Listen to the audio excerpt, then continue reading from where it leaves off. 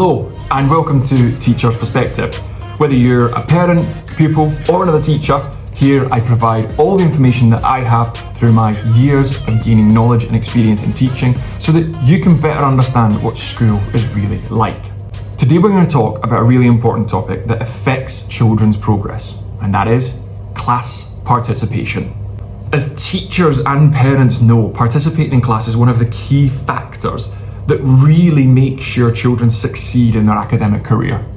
But the question often comes up, what about those children that don't really like getting involved in class discussions or struggle to answer in front of the rest of the class? Today we'll discuss a strategy that teachers use to help children overcome those barriers and actively participate in the class discussion. Now, it's not uncommon for children to lack the confidence to take part in full class discussions. Parents and teachers, we both need to understand that speaking in front of a class is quite a daunting task. Even adults today struggle with the idea of public speaking. You may have had that as well when you were younger, and it's still very prevalent today. Many children do not enjoy that aspect of school. In class, a majority of the conversation is kind of dictated and dominated by a minority of students, and they're the students who are most comfortable speaking up, answering questions and being picked by the teacher. They're absolutely fine with it, whereas other children, it's still quite a scary thing for them. Now, sometimes that can make things worse for children if they see another member of class always participating, always answering questions. It can be quite discouraging for them, and they start to think, well, why can't I do that? Or for other children, they do think, well, if they're going to do all the work, then that's fine. I don't need to get involved in this discussion. And it's not good for their learning if they're not actively participating in the class discussion. So the question is, what can teachers do to ensure the whole class participate in the discussion? Well, there's actually a few things, but the one we're going to talk about today is something known as cold calling. This is where a teacher picks a student regardless of whether they've volunteered to give an answer or not. Now, I know this might seem a little harsh, a little scary, but just hear me out so that you really understand what this is for. The reason why it is so effective is because it ensures all children in the class are actively listening and paying attention to what it is that is happening in the lesson. They're informed beforehand that they could be picked, even if they don't put up their hand. So it's really important that they've got to have an answer ready. And it's a lot easier to have an answer ready if you've really been listening to what's been said or what's happening at the front of the class on the whiteboard, wherever the information is being presented. Now, this is obviously good just to get children involved and participating, but there's still some children who struggle to articulate their answers and really speak in front of everyone else. And teachers overcome this by explaining to the class that getting things wrong is absolutely fine. It's all part of the learning process. Children should always be praised for giving an answer, even if it's not quite right. Now, I say that because if you were to criticize or scorn a child for not getting the correct answer, they probably don't want to try again. The fear of failure for children is real. Now, that also doesn't mean that you need to accept wrong answers. You simply say, no, not quite. Or, can someone help them out with that? And you then make sure that you come back to that child so that they can then give the right answer once they understand it. That getting things wrong is fine, but we must be trying. Cold calling really helps to ensure that there is an environment within the classroom where children are confident and comfortable to give their answers even when they're not sure. You need to make sure that the classroom is a place where children feel empowered to take risks. By taking risks, they can learn new things. So just to quickly recap, you need to make sure as a teacher that you are informing the children at the beginning that they may get picked, even if they don't volunteer an answer. That then makes sure that the children are actively listening and paying attention to what it is that you're saying. After that, you praise them for giving an answer, even if it's not quite right. Then you circle back round to them once the correct answer has been given and allow them to speak it out loud and give them extra praise for then saying the correct answer.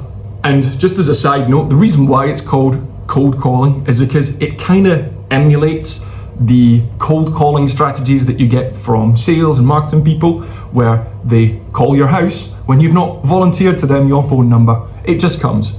So it's kind of like you are volunteering one of the children to answer without them really choosing to. Okay, now that I've spoken to you a little bit about how children can participate in lessons more, I want to tell you just about something else that will really help your child in school. From my years in teaching, I've experienced that the children who do the best, are most successful, are participating the most, are the children whose parents are most involved within their academic career. By academic career, I mean being in school, working through the different years, completing lessons and subjects, things like that. Now, one of the reasons why a lot of parents don't get involved in their child's education is because they don't really understand what it is that's going on in school. And the sad part is, if parents understood even 1% of what teachers know, they would be able to have a huge impact in a positive way on their child's schooling. They would be able to have discussions with the child's teacher and understand which parts of the curriculum their child is struggling with. They would be able to support their child at home and know exactly what they need to be taught. They would even be able to use some of the behaviour management strategies that teachers use to better control their child at home and build a really positive relationship with them, the same way that teachers do. So, I'd like to introduce you to this. This is my book, Teacher's Perspective, Teacher Truths for Parents and Pupils. And I really wrote this for you, for parents. I've tried to pack in as much value as I can so that you can learn about maths, writing, reading, classroom design, assessment, behaviour management, everything that you need to support your child at home and in school. In the book, there is practical advice that you can implement right away, whether it's making sure you have a routine for your child, ways that you can make reading more fun at home, and also I go over the topics that are easiest to cover that will have the biggest impact on your child's success in school. So overall, please go and have a look at this book, whether it's on Amazon as a paperback or an ebook, and then also on Apple Bookstore as an ebook. I am sure you will find it extremely useful.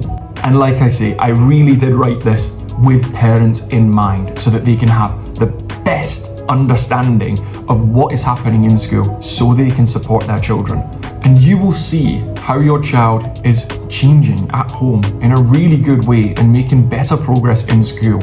And the best part is you'll be able to understand exactly what progress they're making and in what areas. So if you are interested, please head below, look in the description, and you'll find the links to the books in there. So there you have it. With the help of cold calling, we can help children participate in lessons better and become engaged in their learning, as well as practicing skills like active listening and communication, and of course, public speaking, something that I know a few people are still quite scared of. So if you found this video interesting, please find somebody to share it with. Let me know in the comments of anything else that you would like to learn about as a parent, teacher, or pupil.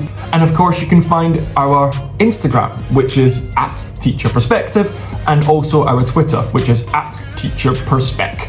We have a TikTok as well, which is basically just these videos shortened down into bite-sized chunks. But across all of our social media, you'll see home learning activities that you can get on with, little bite-sized tips that you can work with your child at home on, and also everything else that I know about school that I want to give over to you. So until next time, I'm Ross. This is Teacher's Perspective. See you around.